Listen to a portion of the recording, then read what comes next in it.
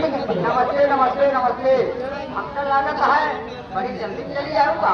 क्या बताऊं भैया, आपको ही नहीं मालूम है कि आज मेरे बचपन की एक सहेली अपने ससुराल से आई हुई है। अच्छा अच्छा। मैं उसी से मिलने जा रही हूँ।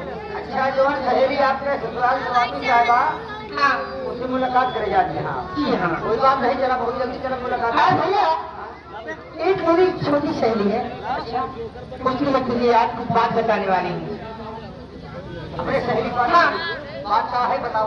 ये बात है, एक दिन बात है, मैं जा रही थी खेत में, तो क्या देख रही हूँ कि वो मेज पर बैठे खांसी हो गई।